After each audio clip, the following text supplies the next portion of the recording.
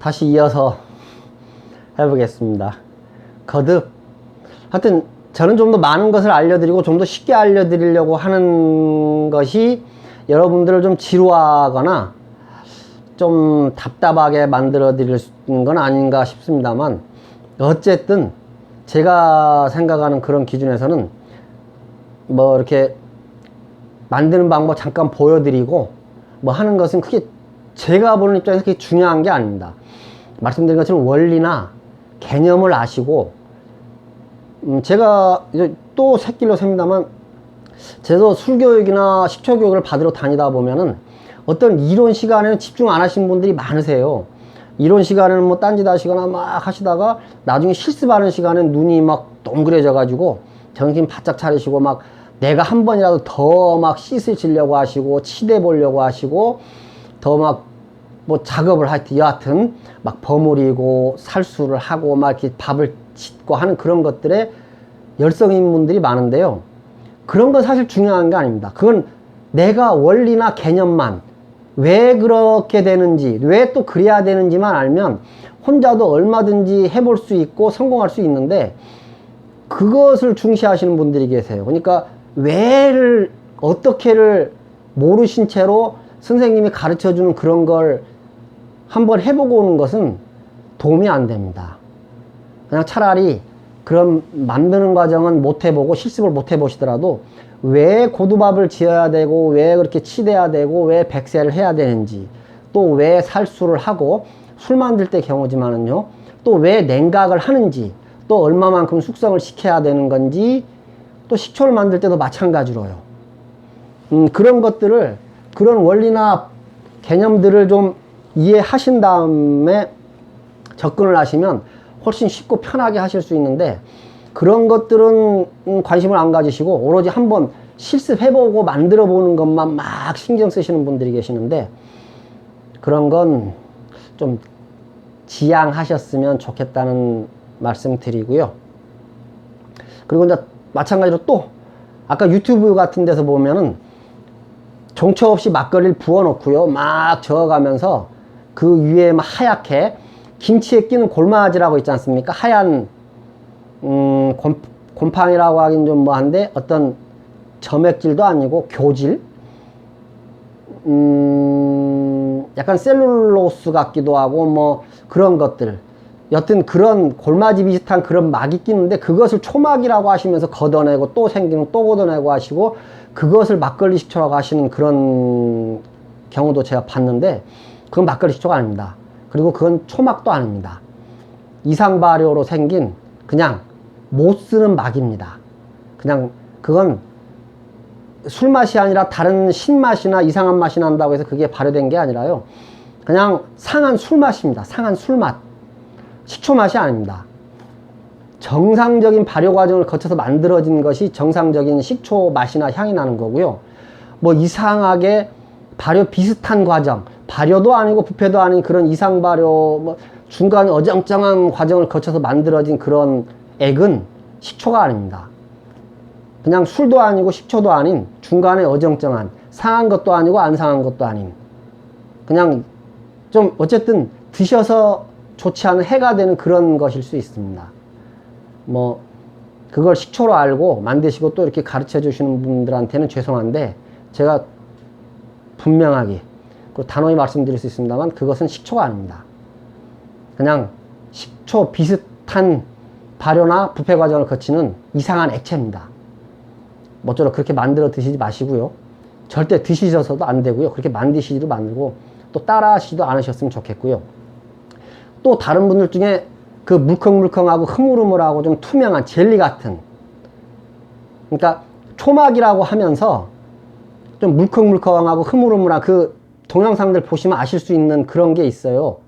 뭐 시골에서는 우뭇가사리로 만드는 여름에 먹는 우무라고 해서 묵같이 생겼는데 투명하면서 젤리처럼 통통 튀는 약간 그런 느낌의 어떤 막이 생기는데, 그건 역시도 또 그것을 초막이라고 하시면서 그것을 접종해야 또 그게 종초가 되고 모균이 된다고 또 그렇게 알려주시면서 만드시는 분들이 많습니다. 생각보다.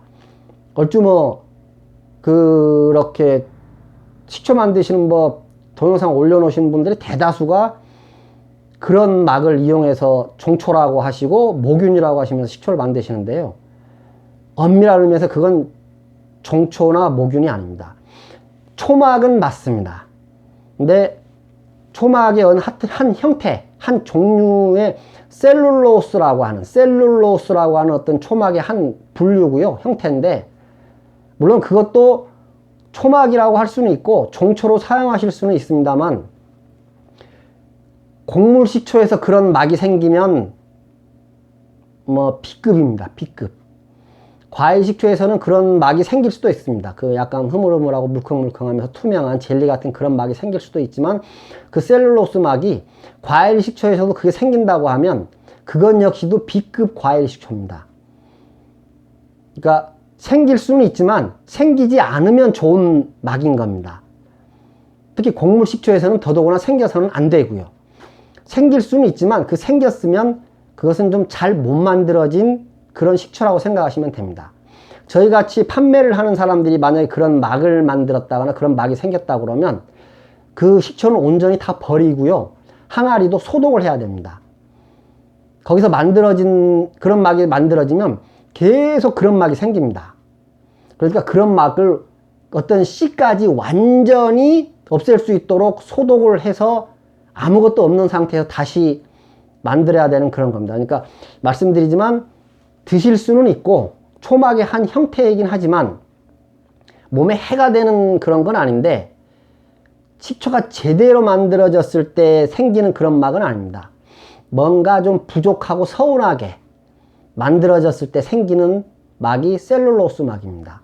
가장 흔한 경우는 술이 제대로 알코올 발효가 되지 않아서 당분이 많이 남아 있을 때 그 당분들이 엉기면서 그런 셀룰로스 막이 잘 생기고요. 그러니까 이제 과일 와인을 만들었는데 그 과일 와인에 생각보다 많은 양의 어떤 당분이 남아 있으면 그 와인으로 식초를 만들었을 때 그런 셀룰로스 막이 생기기가 쉽습니다.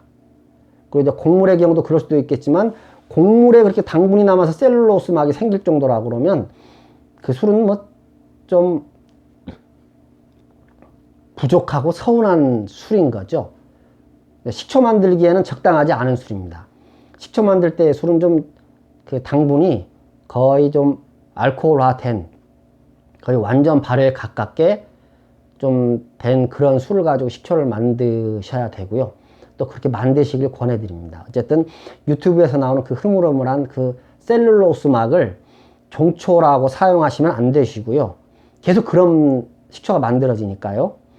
또 그 셀룰로스 막이 안 좋은 것은 그 셀룰로스 막이 만들어진 식초의 초산을 자꾸 빨아들이고 흡수를 해서 그 식초 맛이 밍밍해지고 좀 산도가 떨어집니다. 그러니까 드실 수는 있고 해가 되는 건 아니지만 질이 나쁜 식초가 만들어지고 나중에는 밍밍하고 물맛 좀 그런 물이 된다고 하는 그런 지경까지 갈 수 있는 겁니다. 또 아까 말씀드린 것처럼 당분이 많은 술로 만들었을 때 그런 게 생길 수 있고요. 또 완성이 된 식초를 밀봉해서 더 이상의 발효, 과발효를 막지 않았을 때 그냥 그대로 방치해 뒀을 때 그 식초에서 또 그런 셀룰로스 막이 생길 수 있습니다. 그러니까 뭔가가 어떤 조건이 온전히 맞아떨어지지 않고 부족하거나 과했을 때 생기는 막이 그 셀룰로스 막입니다. 그러니까 블로그에서나 유튜브 같은 데서 그 셀룰로스 막을 가지고 종초라고 하기도 하고 모균이라고도 하면서 그 막을 이용해서 식초를 만들게 하고, 또 그 막이 만들어졌을 때 잘 만들어졌다고 하는 그것은 반은 맞고 반은 틀리는 겁니다. 정상적이고 온전한 초막은 그렇게 물컹거리거나 흐물거리지 않는 약간 불투명하면서 그 초막의 형태는 여러 가지인데요. 초막의 어떤 모양이나 그런 건, 그러니까 초막의 모양은 초산균이 어떻게 활성화되는지, 알코올을 초산을 만들면서 어떻게 활동을 하고 그 초산균들의 종류나 형태, 그리고 그 식초를 만드는 과정이 그 초막을 통해서 이제 이렇게 드러나는 겁니다. 그러니까 여러 형태가 있을 수 있고, 그 중에서 이제 제가 가장 선호하는 어떤 그런 초막은 불투명하면서 얼음처럼 생기는, 그리고 깨트렸을 때도 얼음 깨지듯이 깨지는 그런 초막을 제 경우에는 가장 선호합니다만은 이제 그렇게 다른 형태로 만들어질 수도 있습니다.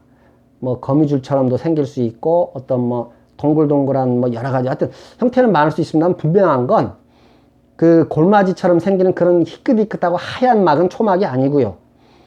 또 이제 투명하면서 젤리처럼 말랑말랑 흐물흐물한 그런 류의 어떤 그런 것은 초막은 초막이되 좀 저질의 초막이다. 생기지 않으면 좋을 그런 초막이라는 그런 이제 것을 감안해 두시고 이제 유튜브나 블로그 같은 거 봐주시면 좋겠고요. 이제 종초 없이 식초를 만들 때 이제 별건 없습니다. 이제 여기서 더 보충해 드릴 것은 딱히 없는데 많은 분들이 궁금해 하시는 것이 이제 그 나중에 종초를 이용해서 식초를 만들 때도 마찬가지입니다만은 많은 분들이 궁금해 하는 게 이제 막걸리는 어떤 종류, 이제 시중에 있는, 나와 있는 막걸리를 사용해서 만드는 그런 이제 경우를 말씀드리는 겁니다. 일단 저희가 방금 따른 이 저희 남원에서 만드는 이 남원에도 여러 가지 종류의 막걸리가 있습니다만 제가 사용하는 이 막걸리, 이제 예전에 사용했고 저희 동네에서 판매하는 이 막걸리는 선암 막걸리고요. 요것은 10일짜리입니다. 10일. 그러니까 막걸리 종류가 여러 가지가 있는데요.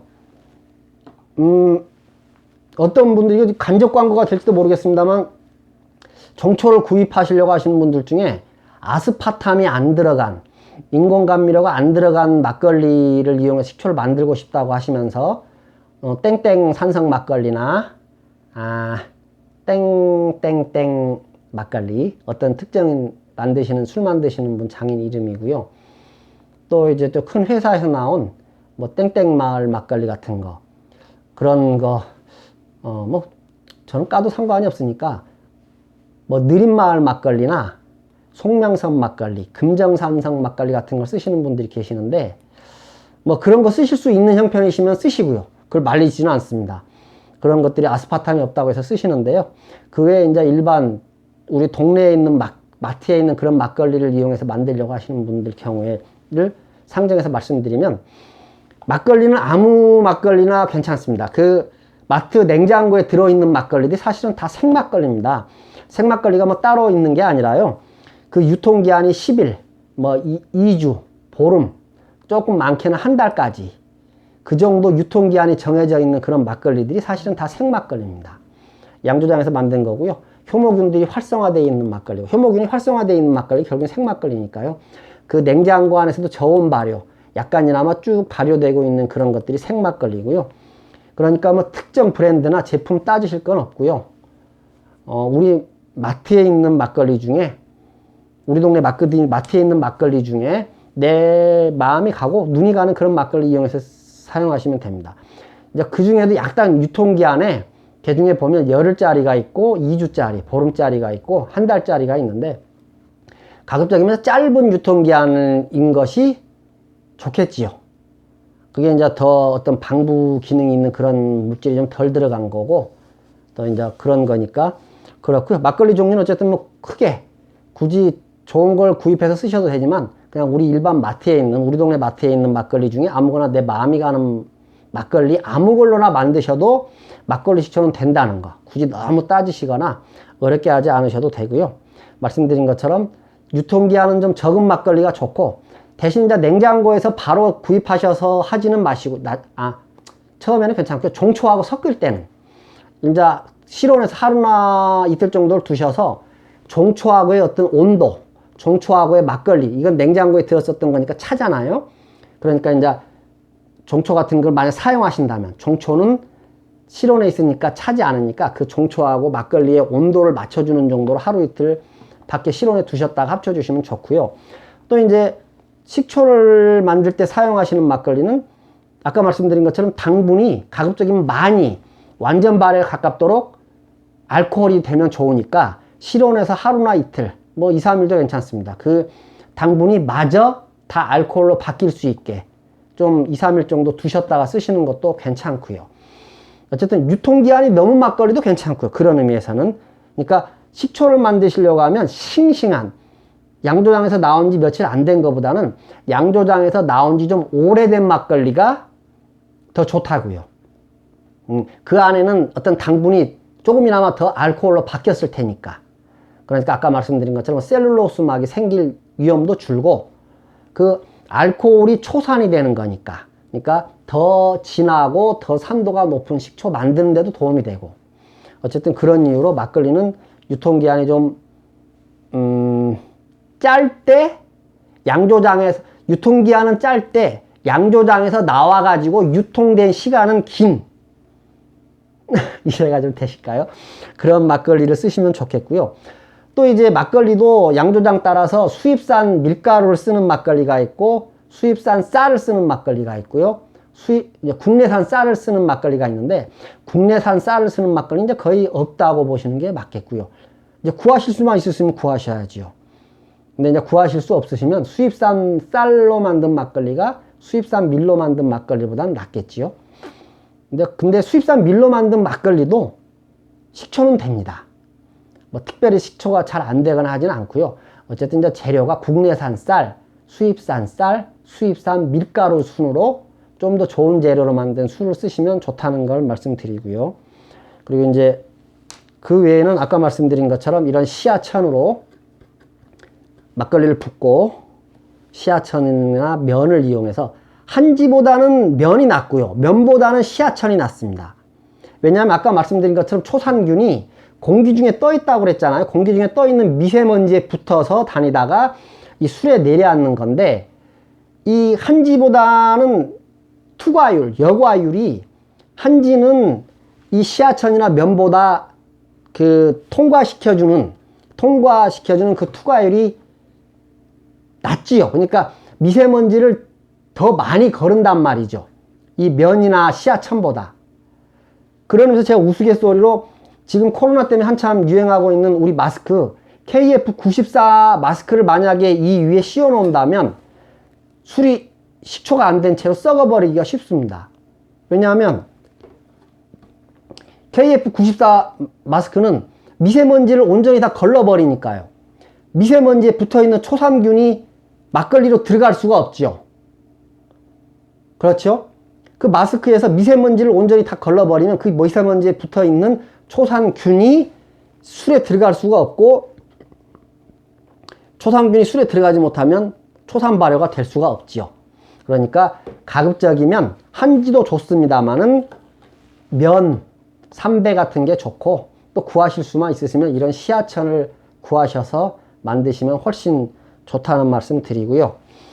그리고 장소, 발효 장소는 제 경험입니다만 이제 이렇게 정초 없이 만드실 때는 뭐 싸니까요. 막걸리 한 병에 1,000원이라서 200~300원 정도 하니까 페트병도 흔하고 그러니까 한 4~5개 이렇게 만드셔서 부엌 쪽에도 하나 두시고 거실에도 하나 두시고 방에도 하나 두시고 뭐 보일러실에도 하나 두시고 이런 식으로 하나씩 두시면 그 우리 집안의 어떤 공기가 크게 오염되거나 나쁘지 않고 내가 또 이제 말씀드린 것처럼 여러 조건들이 운 좋게 맞아만 떨어지면 식초가 될 수 있는 그 확률이 높아질 수 있습니다. 많은 분들이 안 드시니까 결국엔 정초를 이용해서 만드시는데 정초 없이 만들어 보실 때는 그냥 싼 맛에 여러 개 만드셔서 군데군데 한번 놔두시고 그 중에 하나라도 성공을 하시면 이제 본전을 건지시는 거니까 그렇게 장소는 여러 군데 놔두셔도 됩니다. 저 같은 경우에 5군데 정도를 놔둬봤는데 다 됐었습니다. 그러니까 이제 소위 사람들이 말하는 저는 어쩌면 그 식초 만드는 데는 금손일지도 모른다는 생각을 합니다. 만드는 것마다 그냥 어렵지 않게 쉽게 성공하고요. 어떤 분들은 만드는 것마다 다 실패하고 버리는 똥손일 수 있고요. 그러니까 이제 저 같은 경우는 그 장소에 크게 구애받지 않은 채로 성공했던 경험이 있고요. 발효 온도는 물론 이제 이거 상식입니다만은 술은 25도 정도가 가장 좋다고 하고요. 발효 적정 온도가 식초 경우에는 30도 정도가 좋습니다. 뭐 다 어떤 분들 35도, 40도 얘기하시는 분들도 계시는데 식초도 만들다 보면 한여름에 35도 가까이 가면 식초들 균들도 맥을 못 춥니다. 초막도 잘 안 생기고요. 힘이 없고 식초가 35도 정도 한여름에 35도 정도 가는 더위에는 식초들도 맥을 잘 못 춥니다. 그냥 30도 정도의 초여름이나 중간여름, 한여름 뜨거울 때 말고 그 정도의 어떤 30도 전후의 온도가 식초 만들기에 가장 좋습니다. 30도를 맞춰주면 좋겠지만 못 맞추셔도 괜찮습니다. 역시나 제 경험으로 보면 마지노선이 16도였습니다. 16도. 16도 이하에서는 초산 발효가 되지 않습니다. 근데 16도만 돼도 아주 미세하게 오래오래 시간이 걸려서 그렇지 초산 발효는 되더라고요. 대신 이제 30도 조건을 맞춘 식초만큼 고품질의 식초는 아니겠지만 어쨌든 16도 이상 17도 18도에서도 초산 발효는 되더라. 약하게 미약하게나마 시간이 좀 오래 걸려서 그래도 나중에 먹어보면 식초 맛이 나고 식초 향이 나는 이제 그런 식초는 되더라는 거. 그러니까 30도를 맞춰줄 수 있으면 좋겠고요. 그게 안 되면 사람이 생활하는 어떤 실내 온도 정도면 뭐 비교적 무난하게 식초를 만드실 수는 있습니다. 거듭 말씀드리지만 저희처럼 온도나 습도를 조절해서 만드는 그만큼의 품질은 좀 못 되겠지만 집안 실내 온도에서 만드셔도 뭐 개인이 복용하고 할 수 있는 그런 정도의 품질은 나올 수 있는 그런 식초가 나올 수 있고요. 그런 의미에서 이제 계절도 이제 여름이 가장 좋겠고요. 한여름보다는 이제 그 한여름 가기 직전이나 한여름 꺾인 그 후의 여름 정도가 좋겠고요. 자, 봄, 가을도 뭐 아주 찬 정도만 느껴지지 않는 정도면 뭐 식초 만들기에는 괜찮습니다.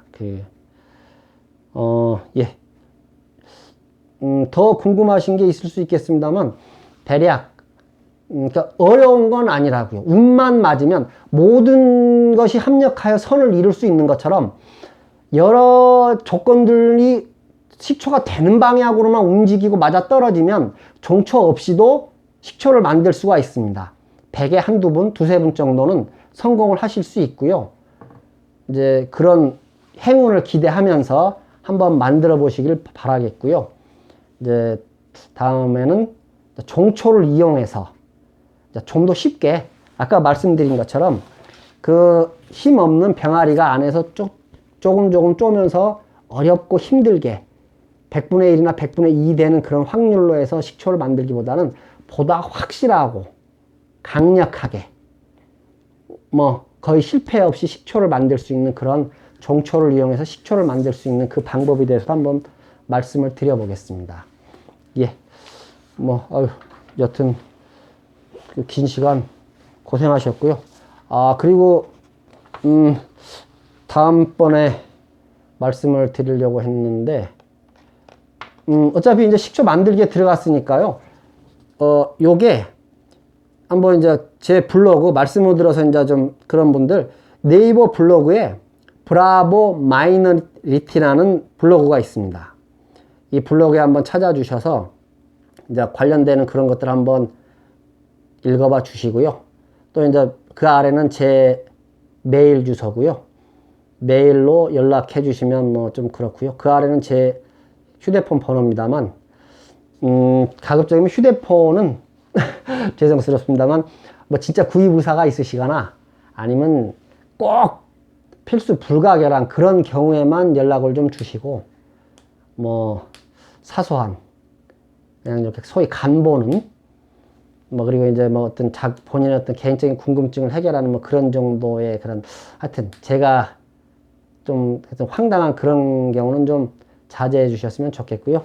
제가 이것을 알려드린 이유는 이제 다음에 종초를 이용해서 이제 만들기 할 때 어쨌든 이제 저도 역시도 종초도 한번 판매를 해봐야 되지 않겠습니까? 그때 이제 찾아주시라고 하려고 했었는데요. 오늘은 제가 한 번에 좀 많이 하다 보니까 힘들어서 오늘은 이만 하고 다음에 이제 그 종초를 이용해서 만드는 그 방법에 대해서 한번 설명을 드려보겠습니다. 어쨌든 제 그 블로그가 브라보 마이너리티 네이버 블로그라는 거 한번 말씀드리고요. 메일 주소 그리고 휴대폰은 가급적이면 이제 주문이나 뭐 제 입장에서 어쨌든 직접 좀 주문해 주실 분들이 연락 주시면 좋겠고요. 그렇습니다. 어쨌든 다음 기회에 이제 종초를 이용해서 식초 만드는 법에 대해서 한번 좀 말씀드려 보겠습니다. 예. 긴 시간 수고하셨고요. 다음에 또 이제 뭐 좋은 내용으로 만나 뵙기를 바라겠습니다. 감사합니다.